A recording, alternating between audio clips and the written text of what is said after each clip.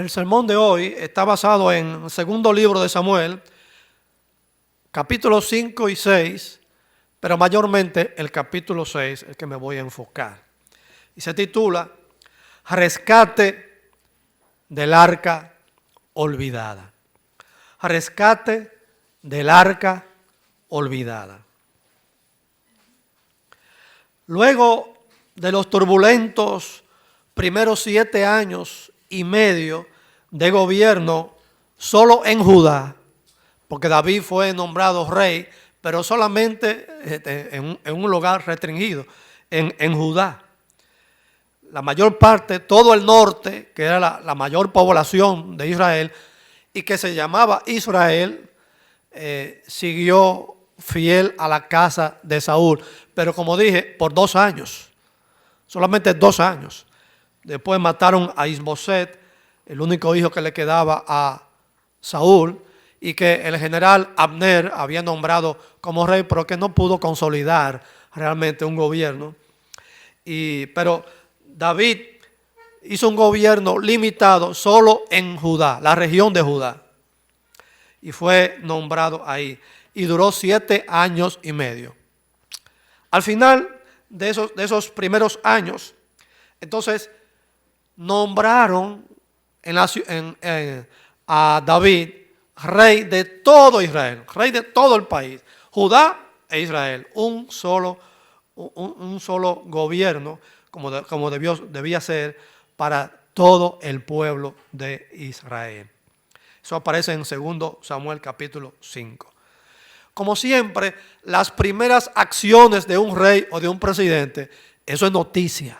Eso sale en los periódicos, eso es importante. Los primeros decretos, las primeras cosas que el presidente o el rey hace, porque eso refleja más o menos la línea de gobierno que va a tener.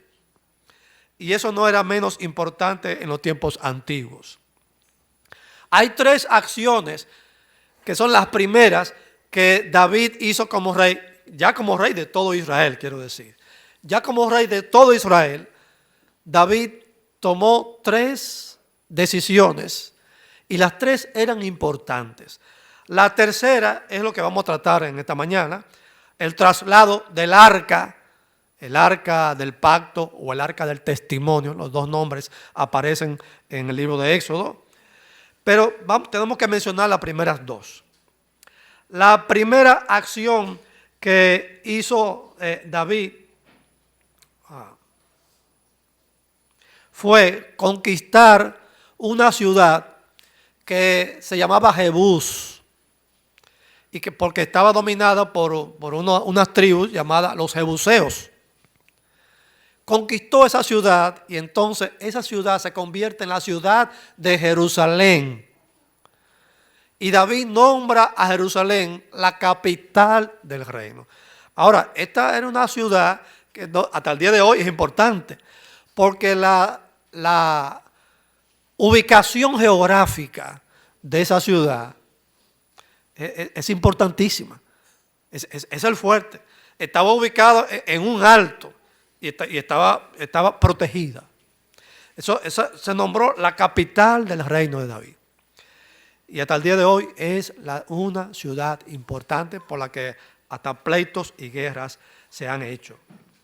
Dice una nota explicativa en la Biblia Reina Valera 95 lo siguiente: la presencia de Jerusalén como ciudad autónoma en poder de los jebuseos entorpecía las comunicaciones entre Judá y las tribus del norte. Además, aparecía como un cuerpo extraño a la nueva situación política creada por la unión de los 2 reinos bajo la autoridad de David. Repito, David conquista esta ciudad y le pone la ciudad de David. 2 Samuel capítulo 5 versículo 9 dice que David le puso la ciudad de David. No sé, a los reyes, a los presidentes les gusta ponerle su nombre. Cuando yo nací después de la muerte de Trujillo, pero todavía a Santo Domingo le decían la ciudad Trujillo, ¿verdad? Yo nací 2 meses después de la muerte de las hermanas Mirabal y todavía se decía la ciudad Trujillo. a los reyes les gusta plasmar su nombre en la ciudad o en algún lugar o alguna estatua o algo importante para ser recordado por generaciones. Pero esta ciudad llamada Jerusalén, David la llama la ciudad de David y la hace la capital. Es el primer acto que hace David como rey de todo Israel. Y entonces leemos en el versículo 10 del capítulo 5 lo siguiente. E iba David adelantando y engrandeciéndose, pero mire, oiga esto. Y Jehová, Dios de los ejércitos, estaba con él. Esa frase, Jehová de los ejércitos estaba con él, se repite por lo menos 2 veces en este capítulo. Y aparecerá también en otros capítulos siguientes. Eso es lo más importante de todo. Si nosotros, los de la generación de ahora, podemos decir que Jehová Dios está con el presidente o con el rey de Inglaterra o el rey de España, los gobernantes que tenemos ahora, si podemos decir eso, pero hay que pensarlo bien antes de decir eso, usted sabe. Hay que analizarlo bien, a ver si es verdad que Dios está con ellos. Porque algunas acciones a veces no nos parecen. Pero no digo esto para mencionar política y nada de eso. Lo que quiero decir es la satisfacción que significa o la profundidad que hay en estas palabras. Y Jehová, Dios de los ejércitos, estaba con él. El autor de 1 Samuel y 2 Samuel tiene siempre en su mente hacer ese contraste entre el primer rey que fracasó, que fue Saúl, y este segundo rey de Israel, que es David, que es el hombre que Dios escogió, que es el hombre que Dios estaba con él. De Saúl nunca se dijo que Jehová estaba con él. Y Saúl siempre le andaba huyendo a Dios. Pero David siempre está buscando a Dios. No quiere decir que David no cometió errores y pecados. También cometió errores y pecados. Pero la actitud de David desde el principio era que buscaba a Dios. Y si buscando a Dios siempre en alguna cosa se equivocó, ¿qué será lo que no buscan a Dios ni en pintura, como decimos en dominicano?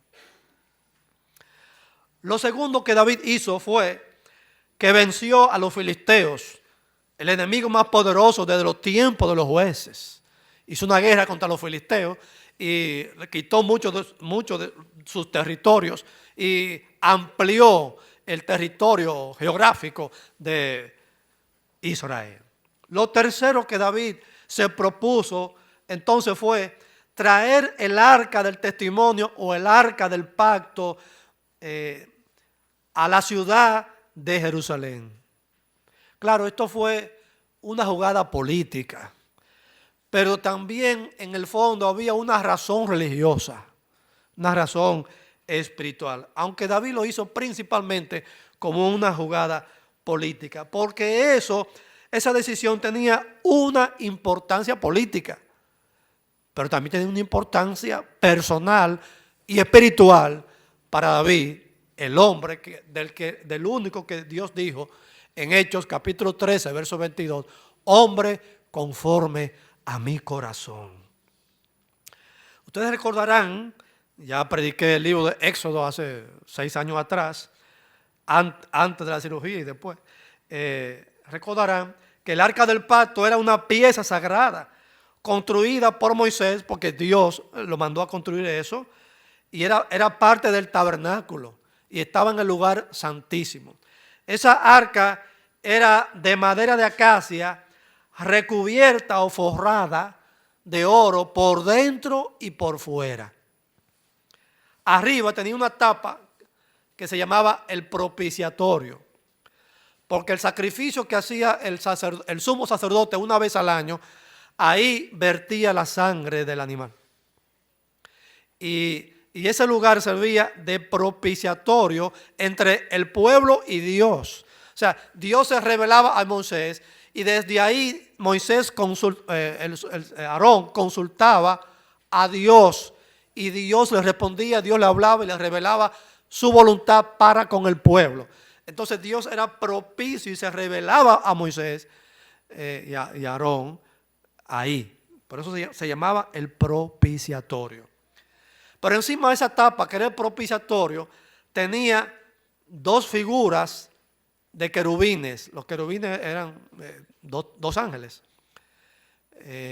Y eran también de oro puro. Y esos dos ángeles tenían una mirada hacia el propiciatorio.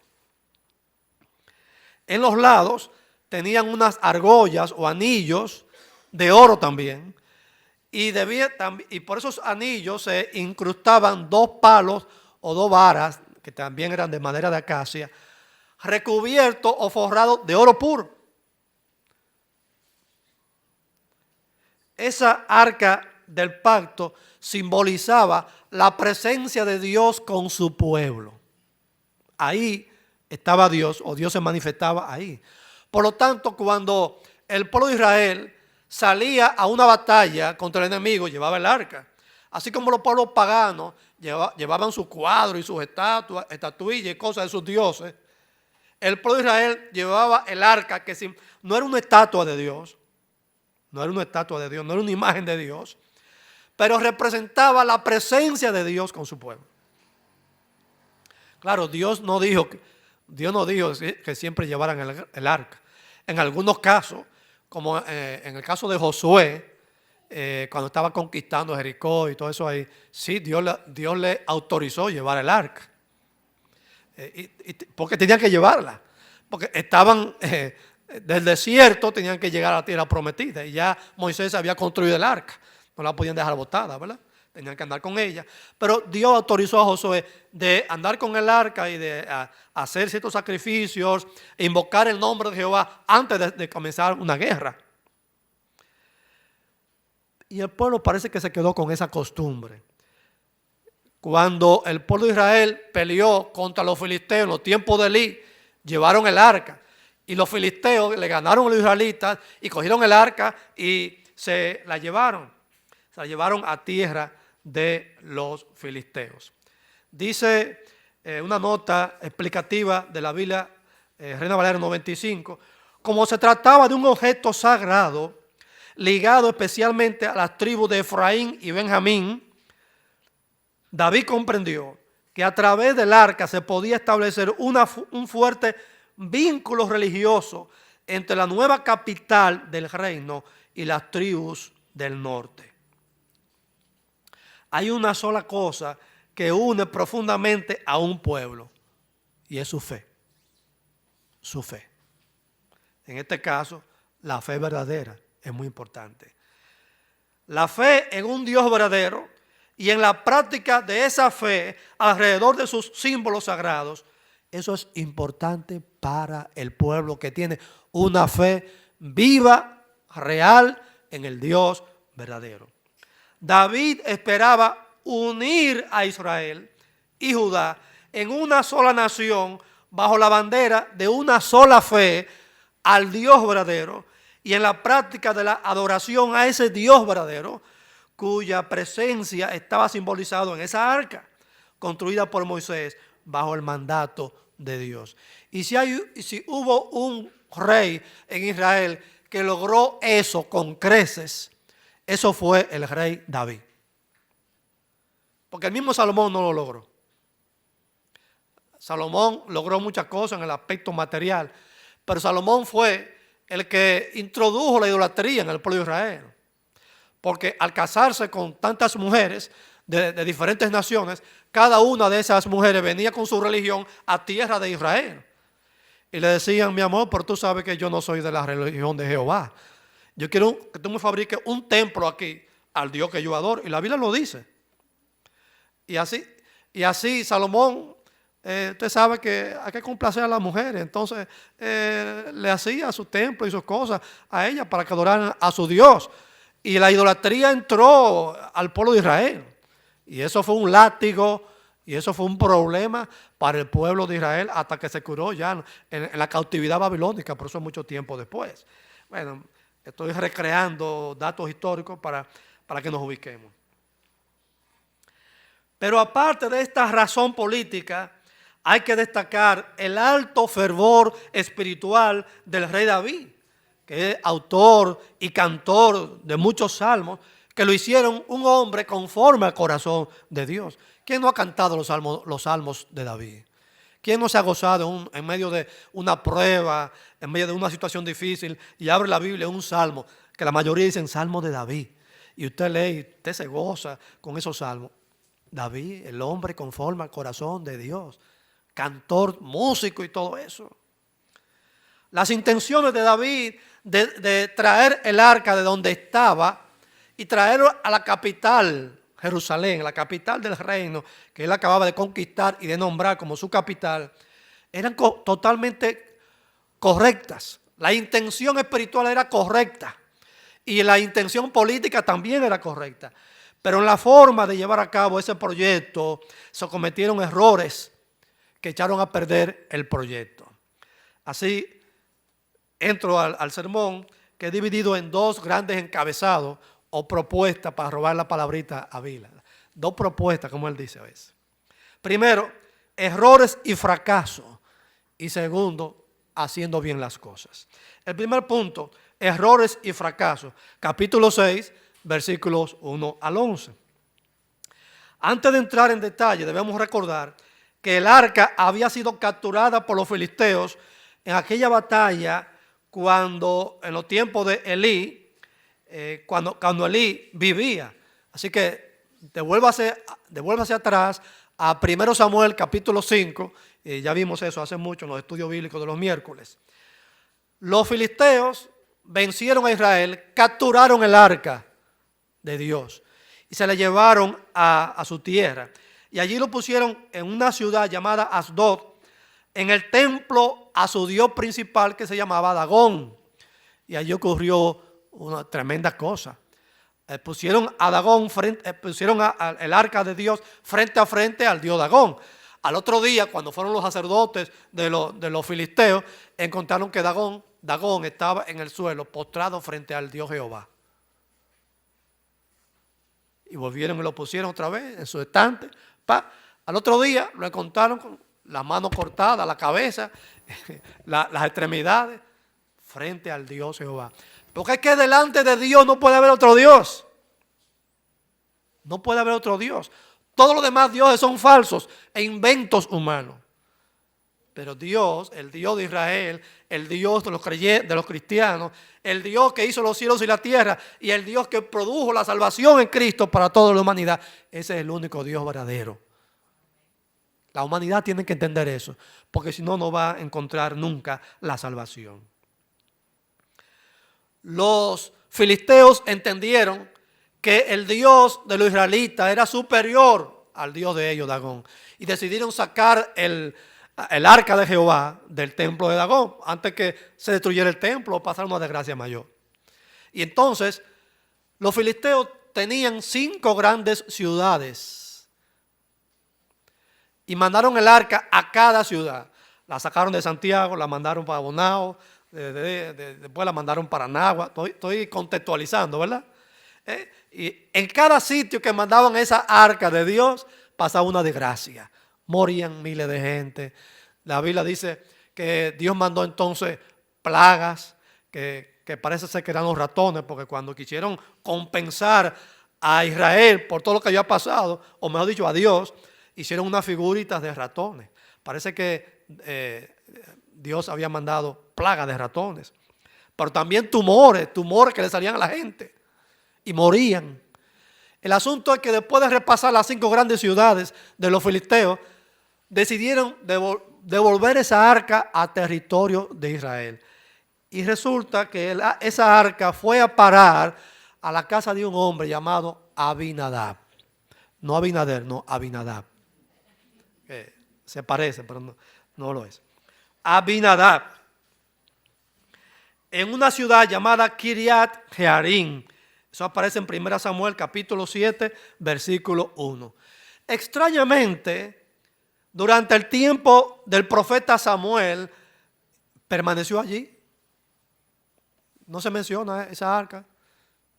Saúl gobernó. El profeta Samuel vivió y murió. Y no se ve en ninguna parte que Samuel usó esa arca, o que andaba con ella, nada de eso. Y aunque Samuel ejerció funciones sacerdotales, sin ser de la tribu de los levitas.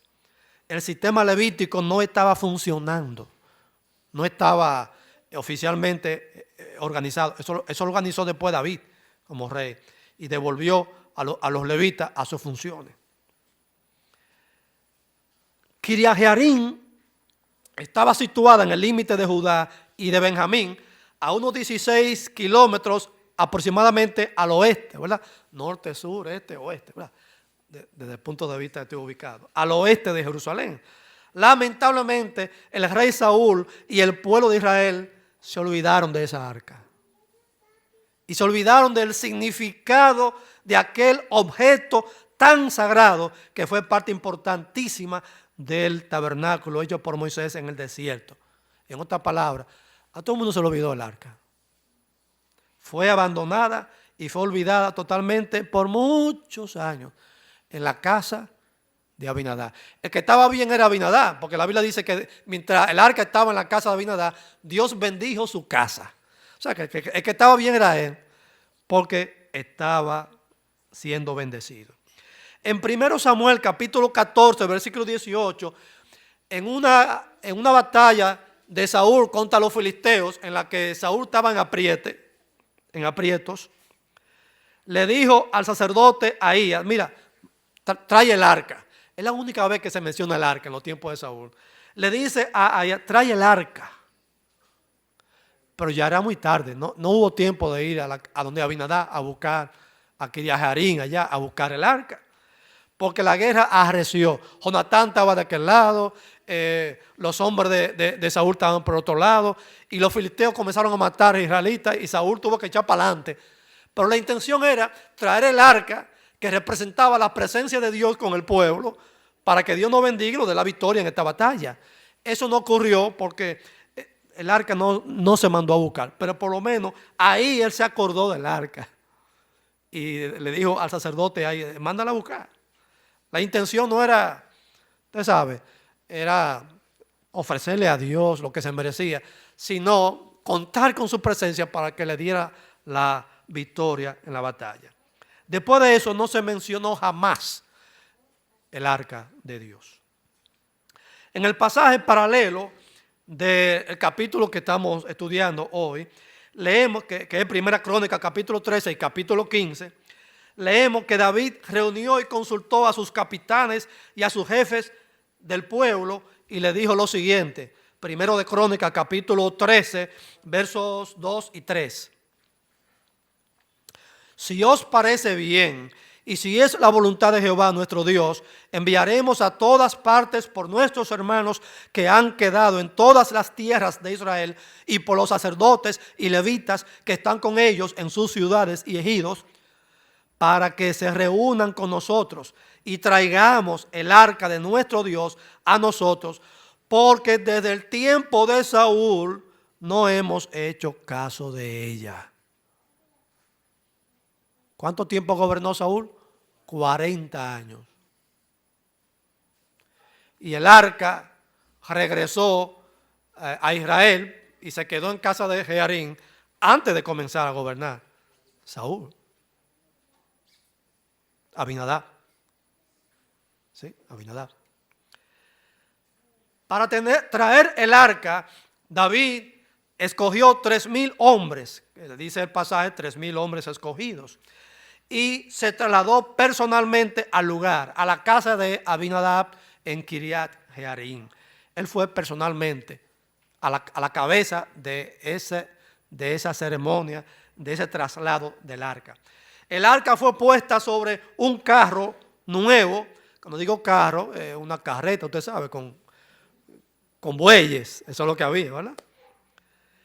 Y 2 hijos de Abinadab, uno adelante y otro detrás, guiaban el carro o la carreta. Por su parte, David, dice el pasaje, David y sus hombres danzaban al son de varios instrumentos que tocaban alabanzas a Dios.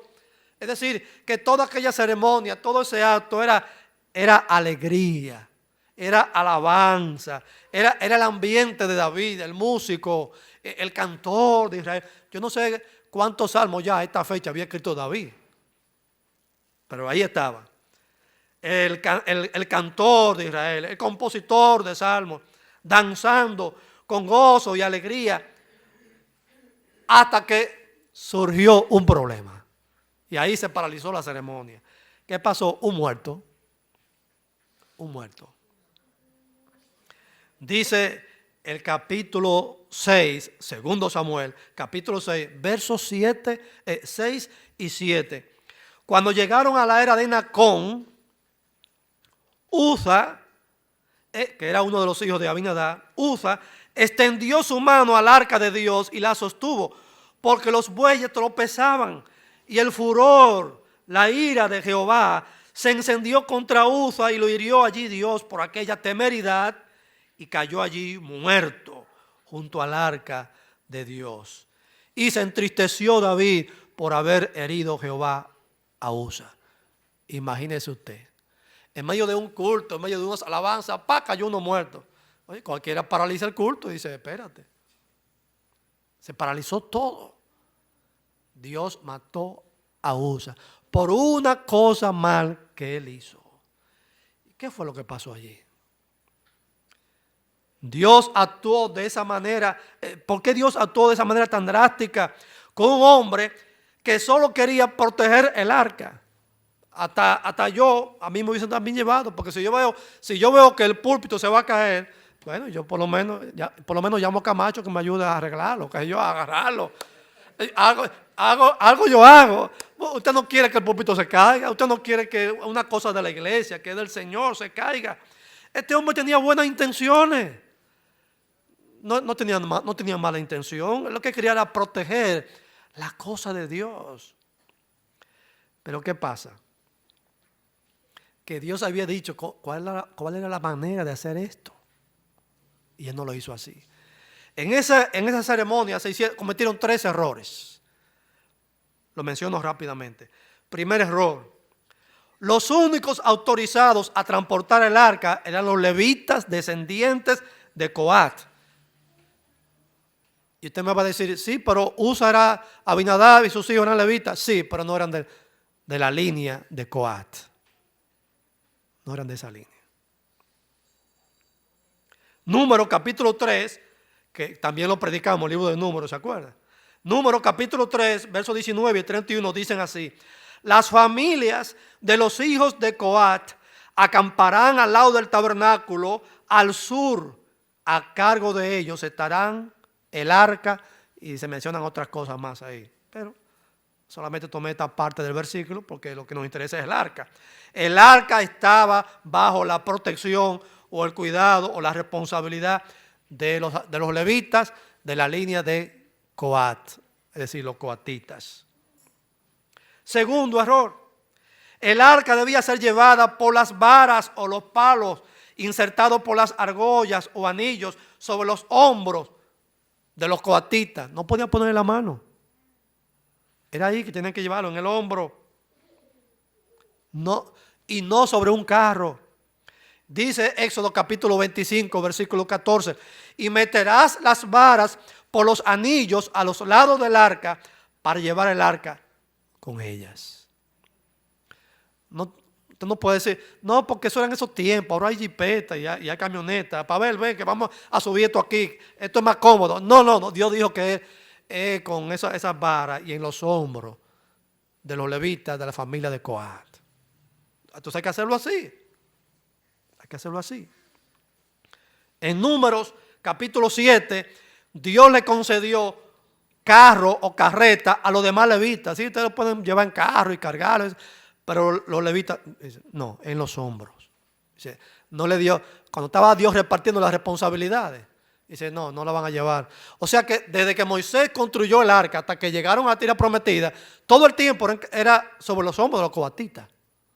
Nunca en una carreta con bueyes, ni caballos, ni nada por el estilo. Tercer error. Nadie, ni siquiera los coatitas, que eran levitas, podían tocar directamente el arca. Por eso los anillos y las varas para cargar el arca. Pues para eso que lo hicieron. Nadie podía tocarlo. De hecho, cuando predicamos el libro de Números, vimos un capítulo donde Dios le está diciendo a Moisés, como yo estaba en el desierto, camino a tierra prometida, cómo iban a cargar el tabernáculo, cómo lo iban a cerrar, cómo lo iban a empacar, vamos a llamar así, y lo iban a llevar. Mire, el sumo sacerdote era el único que podía preparar el arca del pacto. Y lo tapaba con una cortina. O sea que los coatitas no podían ni siquiera, ninguno de los levitas podían ni siquiera ver. Y dice que ni se le ocurra mirar adentro, de que levantar tapa. Déjame ver qué es lo que hay aquí. Porque ahí ha muerto ahí mismo. Nadie podía destapar el arca y decir, déjame ver qué hay adentro. Acuérdense que cuando los filisteos transportaban el arca a cada una de las ciudades, hubo una ciudad que destaparon a ver lo que había adentro y Dios mató muchísimos, miles de los filisteos por mirar. Solamente Aarón sí podía mirar adentro, el sumo sacerdote, los demás no. O sea, había mucho cuidado. Y dice en Números capítulo 7, versículo 9, pero a los hijos de Coat no les dio, o sea, no les dio carro. Dice, ustedes tienen que cargar el arca, porque llevaban sobre sí en los hombros el servicio del santuario. Ahora bien, tal vez usted y yo nos preguntemos, ¿y qué maldad hubo en Usa al agarrar con su mano el arca de Dios? ¿Acaso no lo hizo con la buena intención de protegerla? Que no haya ninguna duda de eso. Estoy seguro que la intención de Usa fue buena. Pero el punto es el siguiente. Dios es celoso con su santidad. Dios es celoso con su santidad. Y no solamente con su santidad, sino con sus mandamientos. Y quiere que nosotros seamos tan celosos con su nombre, con su santidad y con sus mandamientos como Él lo es. Es un pecado tomar con ligereza el nombre de Dios, pero también los mandamientos de Dios. No sé si lo escribí en la presentación, pero aquí lo tengo subrayado en negrita. Las cosas sagradas deben ser tratadas como sagradas. Y los mandamientos de Dios deben ser abordados como lo que son. ¿Qué son? Mandamientos divinos. Punto. Es una falta de respeto y una falta intolerable tratar con ligereza lo que Dios no trata con ligereza. Si desde el principio hubieran hecho las cosas como Dios había ordenado, Usa no muere ahí. Llegan bien a Jerusalén y la fiesta sigue en grande, pero no lo hicieron así. Usa con su buena intención se fue. No hizo las cosas correctamente. Debía decir, debió estar ahí los coatitas. Los coatitas debieron estar ahí. Y no debió estar en un carro, debieron estar encima de los hombros de los coatitas. ¿No le ha sucedido a usted que con muchas buenas intenciones quiere hacer algo para Dios, pero no lo hace conscientemente, no lo hace de la manera bíblicamente correcta? Y cuando las cosas no salen bien, entonces dice, ¿qué fue lo que pasó? ¿Qué hice mal? ¿Qué hice mal? Si no lo hizo correctamente, bíblicamente correcto, las cosas nunca van a salir bien. Dios nunca va a bendecir una cosa cuando se hace de la manera que Él dijo que no se puede hacer. Las cosas hay que hacerlas como Dios dice que se haga. Entonces puede contar con la bendición de Dios. El segundo punto de este sermón es haciendo las cosas bien. En los versículos 12 al 23, es decir, la segunda parte de este capítulo, vemos entonces que David dijo, por si es así que vamos a transportar el arca de Dios y va a morir uno, dejemos eso, porque le tengo miedo a Dios. Ese fracaso produjo una gran tristeza, un gran temor en David y se vio obligado a abandonar el proyecto temporalmente. Solo por 3 meses. Porque David estaba bien concentrado en traer el arca de Dios a Jerusalén. Recuerden que no solamente era un proyecto religioso, era un proyecto político también. Pero eso no le quita importancia. Se vio obligado a abandonar el proyecto, pero solo por 3 meses. y el arca fue dejada en la casa de un levita llamado Obed-Edom, que por cierto, qué curioso, vivía en Gat, una ciudad filistea. Cuando yo estaba estudiando esto, dije, ¿qué hace un levita entre los filisteos? La tierra de los enemigos. Bueno, no sé, está ahí, pero el hombre era un levita. Dice, bueno, vamos a dejar esta arca en la casa de un levita, no vaya a ser que pase una tragedia más grande. Y dejaron el arca allí. Y dice la Biblia que en esos 3 meses que mandaron el arca, que estuvo el arca en la casa de Obed-Edom, Dios bendijo su casa y su familia. Y yo cuando estaba estudiando dice, ay, ¿por qué no la mandaron a la casa de Payán? Para que me bendiga. Qué bien, qué bien. Pero David tenía un firme propósito con el arca. Quería unir a todo Israel bajo esa adoración a un Dios verdadero. Y un tema olvidado por Saúl. Y él mismo, o sea, el mismo David, quería la presencia de Dios en su reinado. Acuérdense que el arca simbolizaba la presencia de Dios. Y David quería contar con eso, la presencia de Dios en Jerusalén, la capital del reino y por lo tanto mi reino. Esta vez, después de los 3 meses, David dijo, ahora sí. Yo imagino que esos 3 meses, David se la pasó haciendo reuniones, no habían teléfonos ni celulares, pero yo imagino a David llamando, ¿verdad?, a cada uno de los levitas, pero díganme cómo es que vamos a hacer esto para que esto salga bien ahora. Y fulano, encárgate de eso, fulano esto, acuérdate, a que toman cuenta, yo no quiero que ponga a nadie que le ponga la mano, etcétera, etcétera, etcétera. Esos 3 meses David se lo pasó, imagino, organizando este asunto, porque era de suma importancia para él personal y para su gobierno. David habló con la gente que tenía que hablar, con los levitas.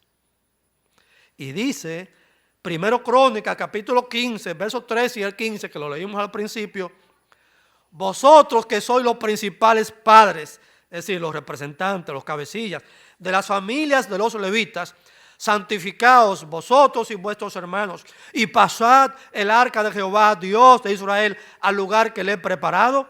Y los hijos de los levitas trajeron el arca de Dios puesta sobre sus hombros en las barras, como lo había mandado Moisés, conforme a la palabra de Jehová. Ahora sí lo hicieron como es. Los levitas, coatitas, lo trajeron ahí en sus hombros, cargando el arca, como tenía que ser. La celebración fue más grande que la primera vez, porque hasta hubo sacrificio. Es más, David se vistió el efod, una cosa que se lo usaban los sacerdotes, pero ya no estaba ahí ya Samuel para haberse vestido el efod. Y David tomó esa función y comenzó a danzar y alabar a Dios. Y dice el texto bíblico que a los 6 pasos, a los 6 pasos que dieron los levitas, coatitas, con el arca, David dijo, párense ahí. Hicieron un sacrificio, sacrificaron animales, una ofrenda para Jehová. Y ya te sabes, ahí fue que se puso buena la cosa. La alabanza, la adoración, mataron un becerro de adoración a Dios, todo eso. Y dice, 2 Samuel capítulo 6, versos 13 y 14. Y cuando los que llevaban el arca habían dado 6 pasos, él sacrificó, David, un buey y un carnero engordado. Y David danzaba con toda su fuerza delante de Jehová. El hombre estaba entregado a la alabanza, a la adoración, a estar en la presencia de Dios. Era un hombre estamos hablando de un hombre que vivía la adoración, vivía la alabanza, vivía a Dios. Esa expresividad de David lo mostró delante de todo el pueblo como un hombre piadoso que amaba a ese Dios. Esto no era solamente un asunto político traer el arca, es que yo adoro al Dios de Israel. Esto no solamente tiene un significado político para mí como rey, sino un significado personal de mi religión, de mi comunión con Dios, de la presencia de Dios y lo que significa yo estar en la presencia de Dios en adoración. David estaba conectado, a usar la palabra moderna de la tecnología, estaba conectado con su Dios. Vivía eso. Él no estaba ahí frío como el rey por un lado dando órdenes y pasando la procesión, ahí va el arca y dando instrucciones con un micrófono. No, él estaba viviendo el acto. Él estaba viviendo el traslado del arca, porque ahí estaba la presencia de Dios y él no podía quedarse callado. Él comenzó a danzar, él comenzó a alabar a Dios y todo eso. Y ya el pueblo conocía que David era un hombre piadoso, que vivía su comunión con Dios. Y pero David sufrió una decepción más. Porque cuando llegan a Jerusalén, la Biblia dice entonces que por una ventana, su primera esposa, que era la hija de Saúl, llamada Mical, sí, lo vio por una ventana David danzando y literalmente el hebreo dice brincando y dando vueltas. En español danzaba. Y dice, mira el rey de Israel, brincando y dando vueltas como un loco ahí delante del pueblo. Pero tú te has rebajado, le dijo Mical. Tú te has rebajado hoy delante de tus sirvientes, mira, delante de los militares, delante de los criados. ¿Qué van a decir? Mira, el rey parece loco. Dice que brincando y saltando. Y David tuvo que decirle, acuérdate que fue Jehová que me eligió en sustitución de tu papá, le dijo David. Fue un poco irónico ahí David, pero a veces hay cosas que le dicen que uno tiene que responder también. Dice, acuérdate que Jehová me cogió a mí en lugar de tu papá. Y si con esto yo me he rebajado, pues me rebajaré todavía más. Yo seguiré danzando y alabando a Dios. Pero Dios, seré honrado por Dios. Dice segundo Samuel capítulo 6 versos 21 y 22. Por tanto danzaré delante de Jehová y aún me haré más vil que esta vez y seré bajo a tus ojos, pero seré honrado delante de las criadas de quienes tú has hablado. Y en el versículo siguiente el escritor bíblico agrega, y Mical nunca tuvo hijos. Yo no sé si es que fue que Dios como castigo, nunca le dio hijos, o si es que David ya la puso a un lado y nunca le puso la mano. Sea lo que sea que signifique eso. El asunto es que Dios no le dio hijos. Nunca tuvo hijos de David. Nunca. Dios no le dio hijos a Mical. El asunto es que Mical no conocía a Dios como David sí conocía a Dios. Ni apreciaba el gran significado del arca del pacto que representaba la presencia de Dios, que David sí sabía lo que eso significaba. Y David no podía trasladar el arca a Jerusalén como un secreto de Estado, como una cosa de noche. Vayan a Santiago y tráiganme el arca, pero me lo traen de noche, que nadie vea eso. No, David no era una gente que estaba escondiendo su religión, no era una gente que estaba escondiendo su fe. Hay cristianos que esconden su fe. Van a la universidad y se gradúan. Nadie nunca supo que él era cristiano. Pero ven acá, ¿cómo va a ser? Que nadie nunca dedujo eso. Siquiera. Hay cristianos que dicen, bueno, yo para tal sitio, pero yo no quiero que se sepa, yo soy cristiano. Porque a mí no me gusta discutir de religión, no me gusta esto. Y nunca ni siquiera leen un versículo delante de la gente. Para que no digan que tú eres religioso. Hay gente que esconde su fe. Y hasta permite que el impío, en algunas oficinas, acuérdense que yo he trabajado en oficinas públicas y todo eso, y yo no puedo quedar callado cuando a veces toman el nombre de Dios para relajar. Y yo, un momento, ¿qué pasa? Yo soy cristiano, no permito que hagan chistes con el nombre de Dios, no. Busca otra cosa, pero con la cosa de Dios no. David no era ese tipo de cristiano que esconde su fe, que esconde su gozo, que esconde su fervor al Dios verdadero. Dice, si leemos los salmos de David todos, nos vamos a dar cuenta que David era un hombre que tenía un fervor, pero de verdad, hacia el Dios verdadero. Un ejemplo solamente voy a poner. Salmo 63. Dios mío eres tú, de madrugada te buscaré. Mi alma tiene sed de ti. Y una expresión que yo no entiendo bien, pero trato de entender a David. Mi carne te anhela. No sé lo que quiso decir David con eso, pero decía que hasta su cuerpo humano deseaba a Dios.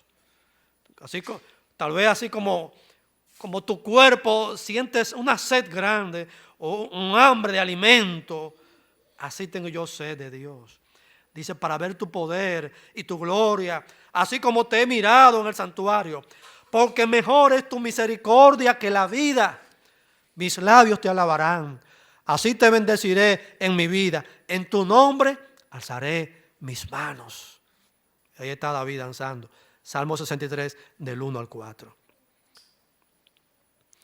Solamente un ejemplo, pero si usted lee todos los salmos de David, aún hasta los salmos imprecatorios, donde está pidiéndole a Dios que juicio para sus enemigos y que lo mate y todo eso, hasta en esos salmos siempre hay una alabanza. ¿Qué más pasó cuando el arca llegó a Jerusalén? Aparte de lo que ya pasó con Mical.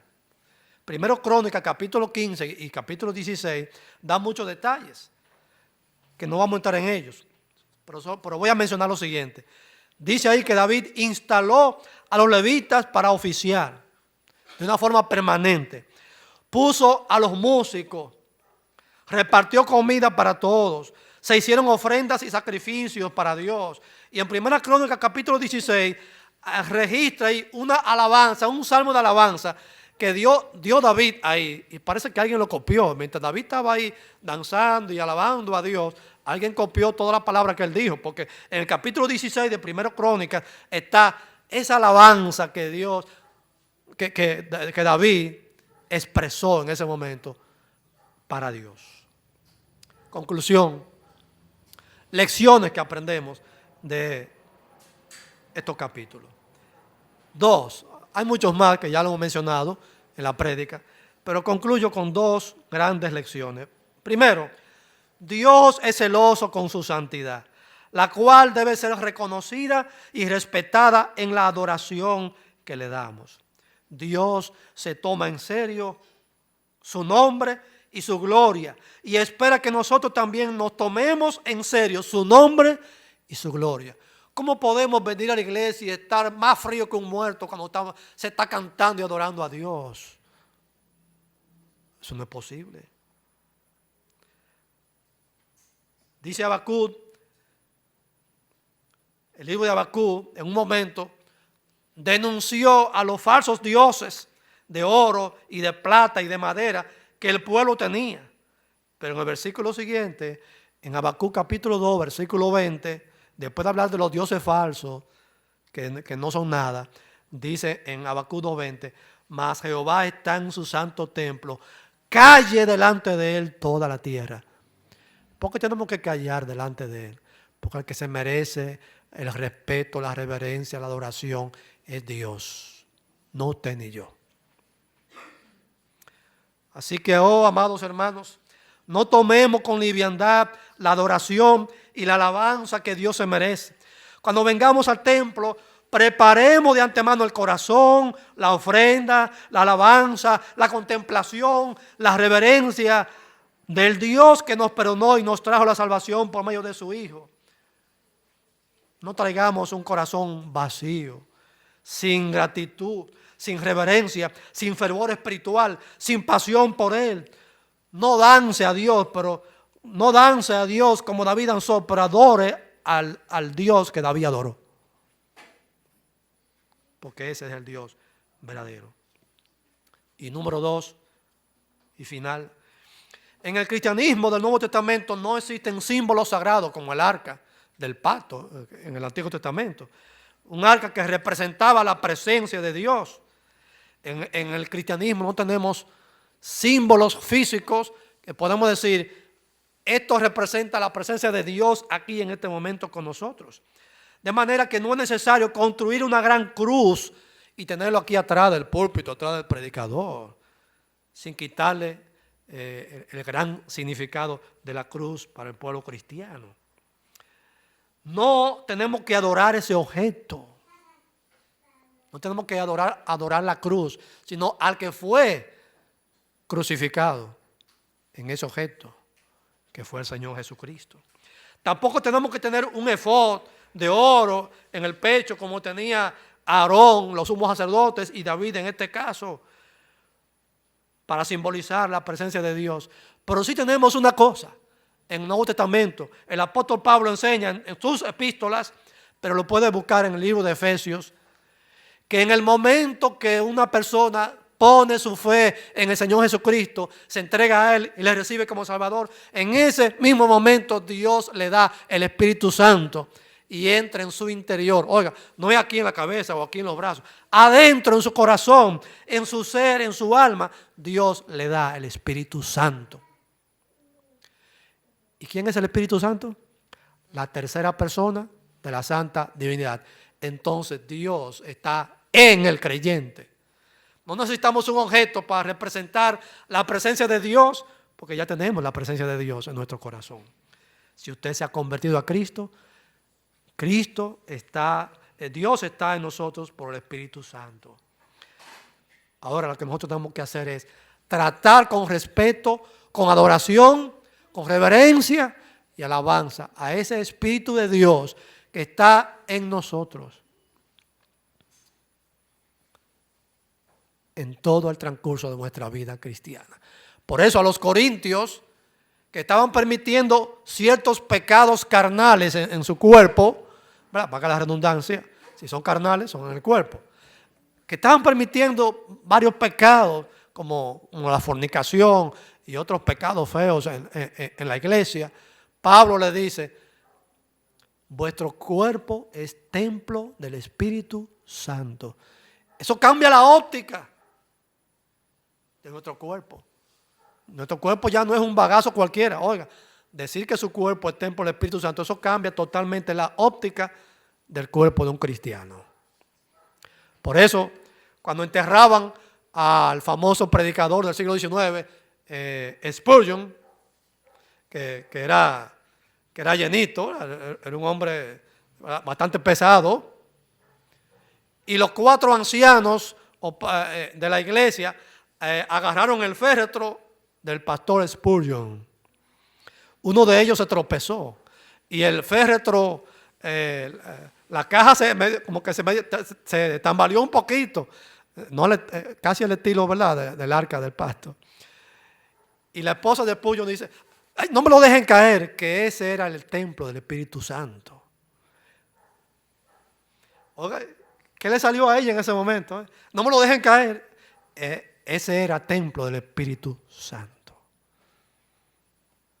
Así que, hermano, su cuerpo y el mío también como cristiano es templo del Espíritu Santo. Dios está con nosotros. Tratémosle con la reverencia de su santidad que Él se merece. Oremos. Señor, te damos gracias por tu palabra. Cada historia del Antiguo Testamento tiene su significado para nosotros en el contexto presente.